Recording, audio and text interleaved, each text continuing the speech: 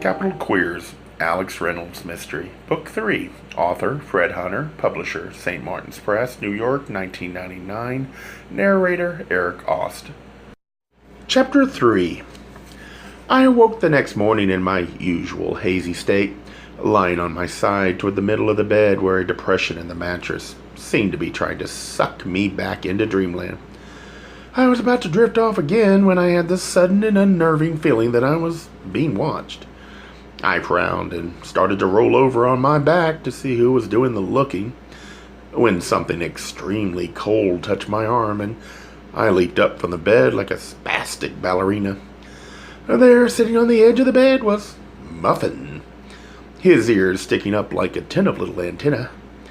He stared at me for a moment, then cocked his head sideways as if I was some sort of interesting specimen. His tail wagged wildly. "Off!" I said firmly. "Off the bed!" He cocked his head the other way.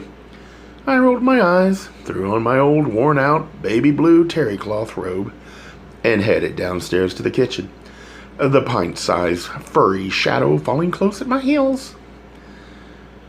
"There's my darling," said Mother as we entered the room. Muffin scuttled past me and plopped his butt in front of her, his tail rapidly sweeping a tiny area of the floor. I was embarrassed to realize that Mother was referring to the dog. "Here you go," she said.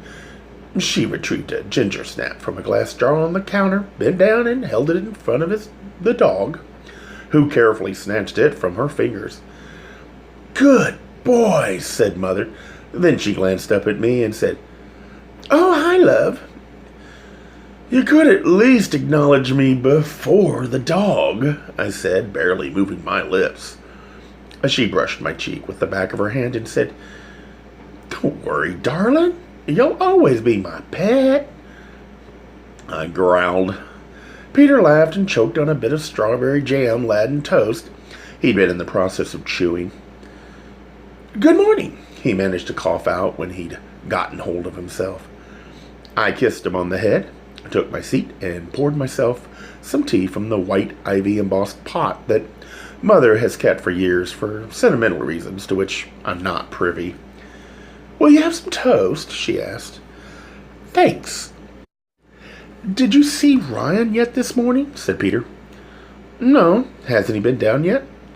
And I didn't look in on him. I didn't want to wake him.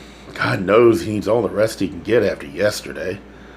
Mother made a tisking noise as she stood waiting for the toaster to pop. "God, this is going to be hard," said Peter. "And the police have every intention of making it harder," I replied. It crossed my mind that it was too early in the morning to sound so bitter. A belief that was apparently shared by Mother, if you could go by the glance she shot me. "We told you what happened last night about that guy Billings." "There are sods everywhere," said Mother. "But for every Billings, there's an O'Neill." "I know," I said, attempting a conciliatory tone. As mad as I was about the whole thing last night, I still had to admit she was right.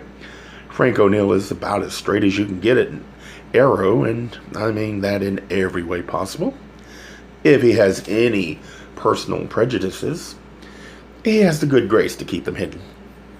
"I've spoken with Frank this morning," said Mother as she pulled the toast from the machine. "So early?" "I just wanted to find out about the status of things. He couldn't tell me a lot other than the fact that there was quite a mess in the apartment. There was a lot of blood. Was anything stolen?" I asked him that. They don't know yet. They'll need someone to look over things and tell them, and of course, that'll have to be Ryan, but... Her voice trailed off, and she looked from me to Peter, her expression clearly telling us she didn't exactly want to tell us the next part. I decided to help her out. "But they don't think it was a robbery." Mother nodded reluctantly as she put the plate in front of me. "They think it was a crime passionnel. At least, that's what that Billings person told Frank. And I'll bet his penis stood up and nodded when he said it. Please, dear, not over breakfast, said Mother with a delicate wave of her hand. Frank did go so far as to say, and now Alex, he didn't sound happy about it when he said it, that this sort of thing usually does turn out to be a crime of passion. I looked at her a moment. Well, as long as he wasn't happy about it. We fell silent. I took a bite of toast and dropped it back on the plate. I wasn't hungry. The one good thing he told me was that they've done everything they need to do to Ryan and Mason's apartment, so he can go back there when he's ready. God, I said, a rush of conflicting thoughts about how that would feel flooding into my mind. Exactly, she said. She sat down and poured herself what I'm sure was at least her third cup of tea. Muffin had followed her back and forth and laid himself down by her feet once she'd settled. But, he can stay here as long as he likes. There's no hurry. She paused and added, the only problem is, of course, the police are going to want him to look over things pretty soon. Peter frowned at her. And I suppose it's to Ryan's benefit to give the appearance of cooperating in every way? Well, Mother, how do you feel about putting on a hard day's work? She looked down her aquiline nose at me, brushed the dark bangs from her eyes, and said, Really, darling? It was a stupid question. What'd you have in mind? I thought it might at least make it easier for him if we went over first and tried to clean the place up. Oh, good idea. I don't like the idea of leaving Ryan here alone, though. Not with what's happened. Don't worry about that, said Peter. I'll call Art and ask if I can have the day off. I don't think he'll mind. I was sure he was right. Arthur Dingle is the owner of Farrat's, the men's clothing store where Peter works. When we're not working on one of our all-too-infrequent cases from the CIA, Dingle is very understanding about Peter's unexplained absences. Well, not exactly unexplained, but the explanations have been pretty lame, since he couldn't tell his employer the truth, but in recent days it hadn't been a problem. We hadn't heard from Lawrence Nelson, our boss, at the agency since our unfortunate interference in a case involving the gay porn industry. Nelson had been more than nice about it, and had even given the impression he'd been a little proud of our work, but the whole thing had been a cock-up from start to finish, so to speak. I finished my tea in a gulp, pushed the cup and saucer away, and rose from the table. I'll ask Ryan, see how he feels about our plans. I went upstairs and knocked lightly on the door, but didn't get a response. After waiting a minute or two, I opened the door as quietly as I could and peeked in. Ryan was laying on his side on the daybed. His legs were pulled up in fetal position, and his arms were wrapped around Raggedy Ann, but his eyes were open. He looked like he'd been that way all night. Can I come in? I said, taking a tentative step into the room. He blinked by way of answer. I pulled the chair out from beneath my desk and sat beside him. Ryan, Mother and I was thinking of going over to your apartment and cleaning up a little. Is that all right with you? Yes, he said it so quietly I almost didn't hear him. He tightened his grip on the dial for a moment and then relaxed it. Will he be gone? Mason? Yes, I'm sure he will. He was silent for a moment, then said, I still can't believe this has happened. I know. I thought I was prepared to lose him, but not like this. I know. He was silent again. He didn't move at last, he said. And they think I did this to him, don't they? I sighed. The police don't have much of an imagination. I couldn't have done it, but... What? I prompted him softly. He swallowed hard, and tears formed in his eyes. But sometimes I thought I wished he was gone and that it was all over. You know what I mean? Yes, I do. It was an actual thing to feel. But I loved him. I did. I know you did. Another silence fell between us. A large tear ran down the bridge of his nose to the tip then dropped off onto his pillow. I shouldn't have been so surprised by his reaction, because people usually react to loss in ways that would surprise their closest friends.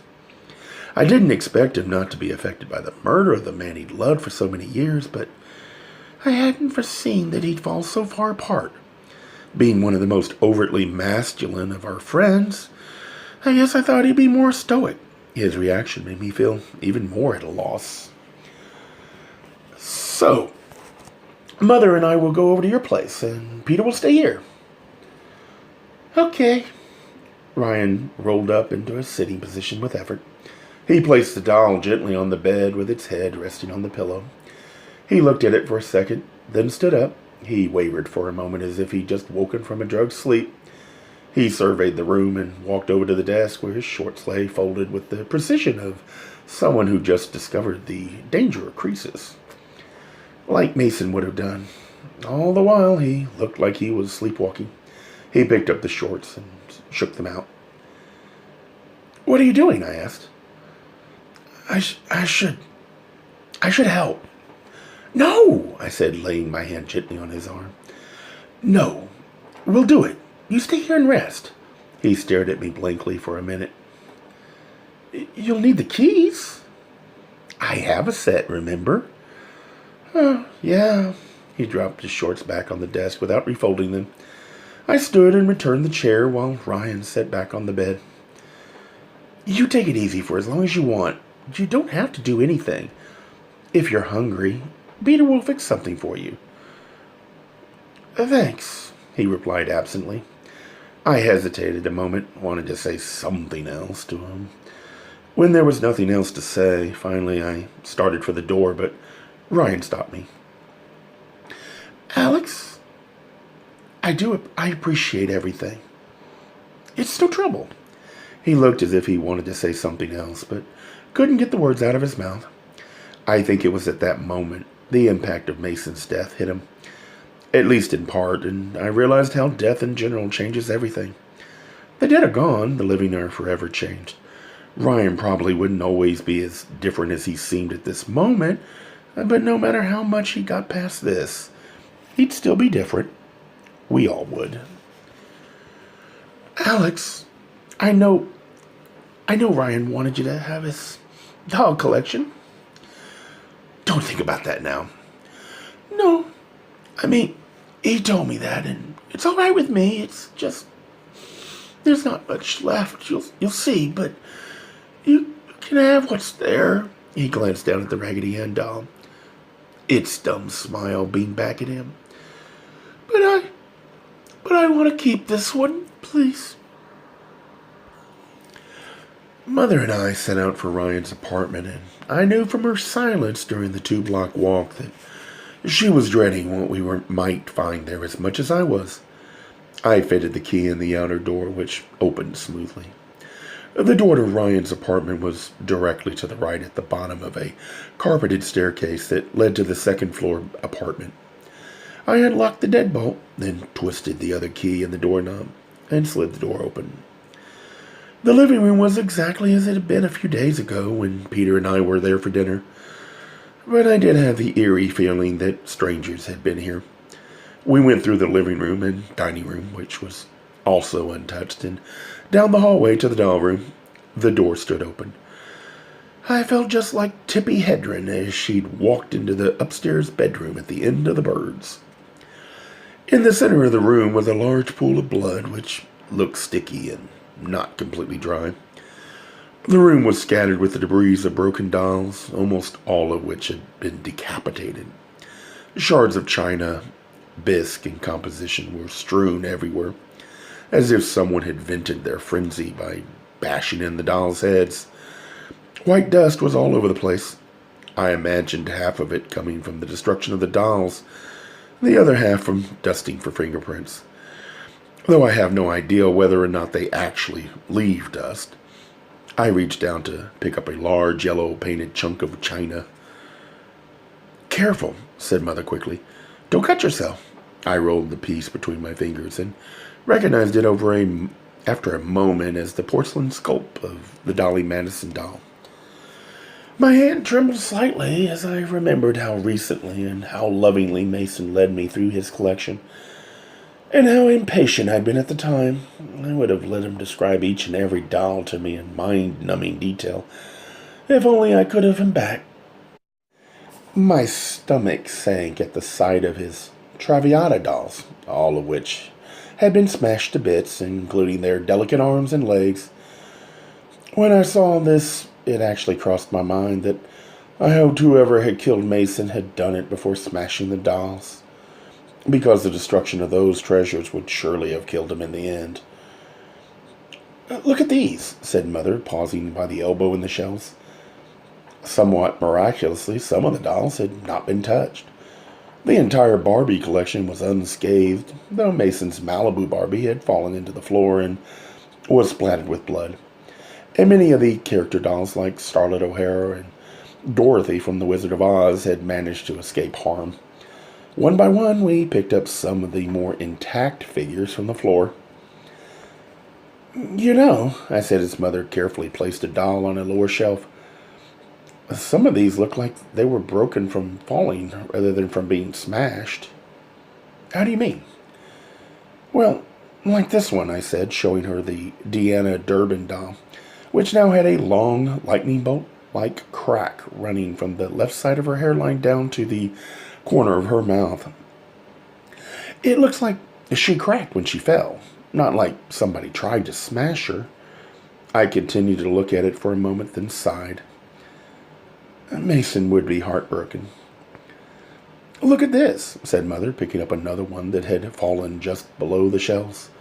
It was his prized Snow White figure, whose glaze had shattered, making it look as if she was covered with tiny white spiderweb. "You know, I think you're right." She placed the figure gingerly on a shelf, trying not to cause any further damage. She looked back down at the floor and clucked her tongue.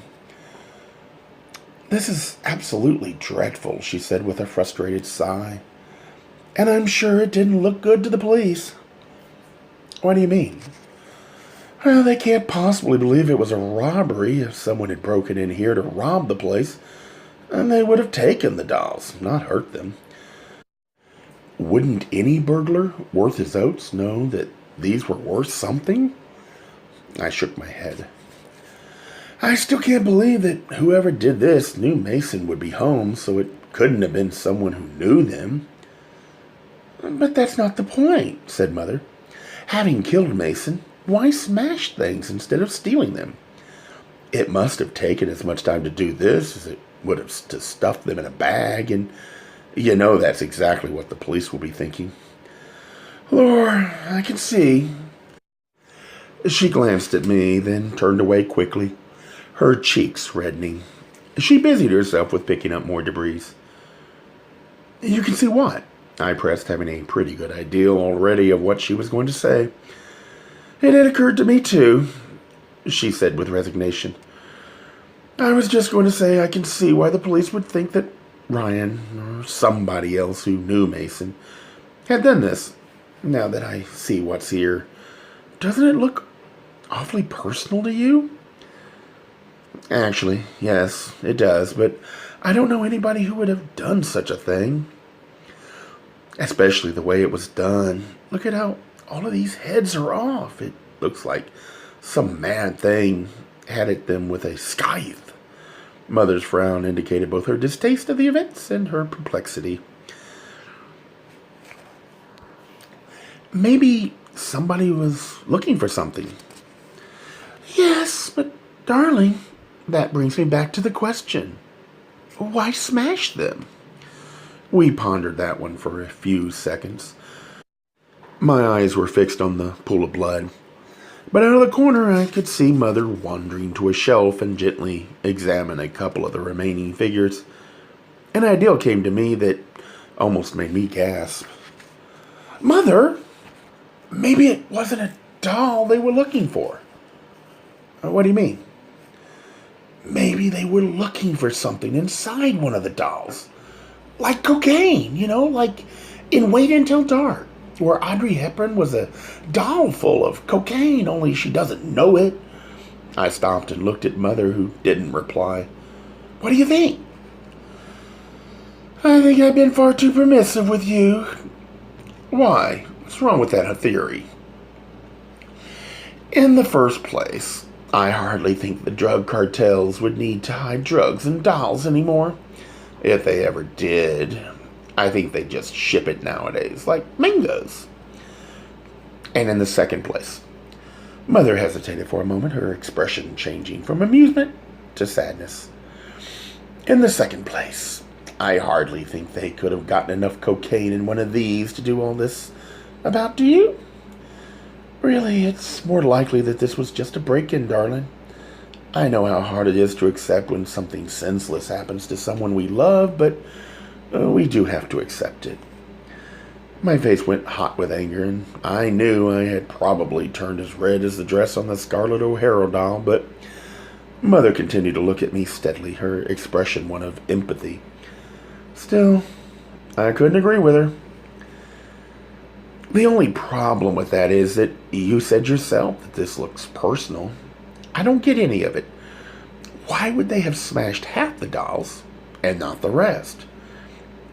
Any number of reasons, said Mother thoughtfully. The most logical of which would be that they were in the process of smashing them and got interrupted. By Mason, I said, nodding my head in agreement. But having dispatched him, I don't see why they didn't just go on with what they were doing, like you said. Panic, most likely, but I think you're missing something far more obvious. What's that? Simply that they probably stopped because they found what they were looking for. I raised my eyebrows at this. It was at that moment that we were stopped by the sound of a woman's voice coming from the front of the apartment. As light and innocuous as the voice was, its unexpected arrival almost made my bones jump out of my skin. "Ryan," she called. "Mason." I peeked out the door and down the hallway. I could see the head of a woman with long, light blonde hair craning into the apartment. I recognized her as Linda Brown, one of the girls who lived overhead. "Hello," I called as I headed down the hallway. Mother followed me. A brief look of panic crossed Linda's face before she identified me as someone she knew. "Hello," she said, her questioning tone implying that she would be grateful for an explanation of my presence. She stepped into the apartment but left the door open.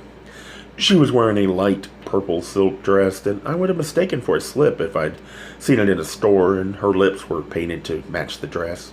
Her eyelids were brushed very lightly with a contrasting shade of violet.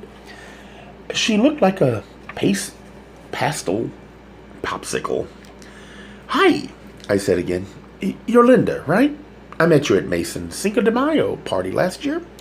Remember? I'm Alex." "Of course I remember," she said, her tone still maintaining that question. "This is my mother. We've stopped by to clean up a little." Linda had been in the process of taking Mother's hand to shake it. When she was stopped by what I'd said, her face pivoted in my direction. She blinked slowly one time and said, "Clean up a little?" "Yes," Mother and I glanced at each other. You don't know what happened, do you?" "Happened?" She blinked again.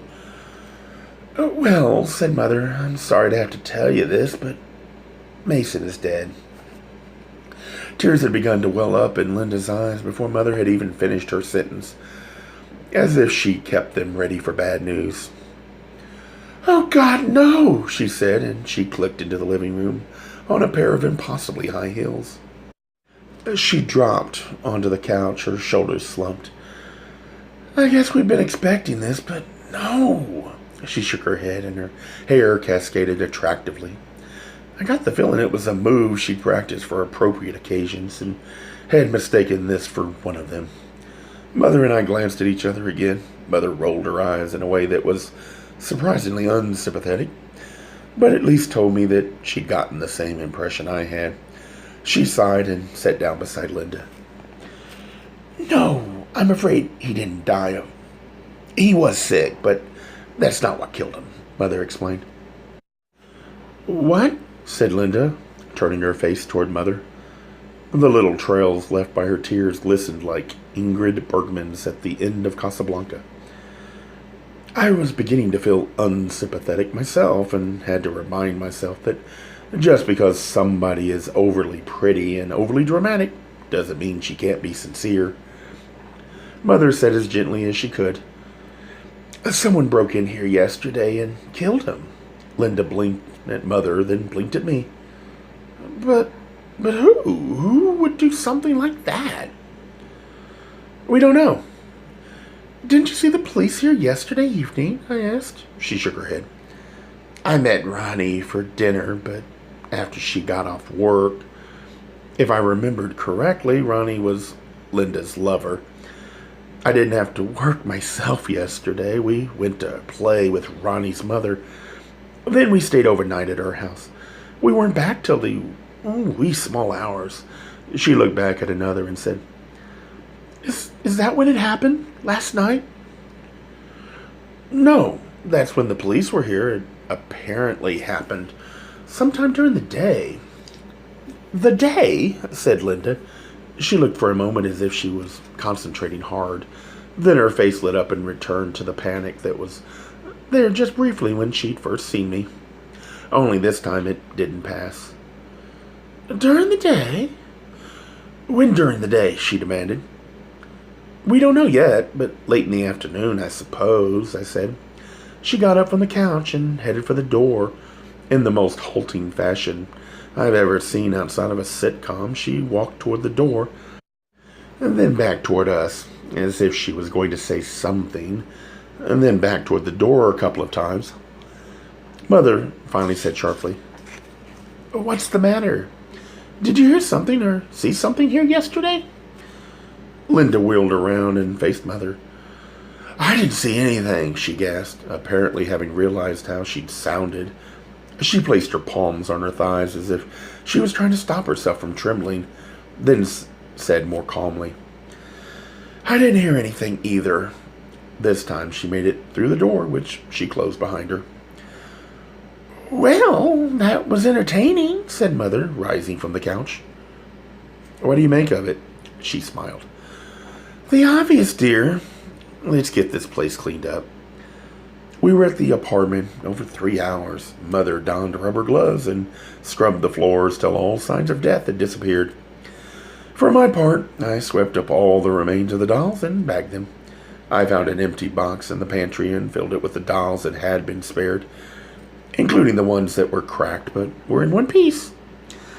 I was reluctant to take the dolls away, despite the fact that Mason had wanted me to have them, and despite the fact that Ryan had told me to take them. However, in the end, I decided to take them because of the possibility that at that point, for Ryan, the dolls would just serve as a memory of how Mason had died, and there was also the possibility that the dolls had something to do with his death. Evidence. When Mother was satisfied with the job we'd done, we went home, taking the box with us. A Gay Mysteries audiobooks. I think it is easy to hate a label, but a face humanizes the word. So this effort is twofold: to offer comfort to those like myself that your world didn't end because you don't fit into the view of acceptable society on both sides, and in hopes of helping those with family that are LGBTQ, that it doesn't mean we are aliens from the child they once knew. Reassure them so they can maybe be supportive at the same time, being true to their values.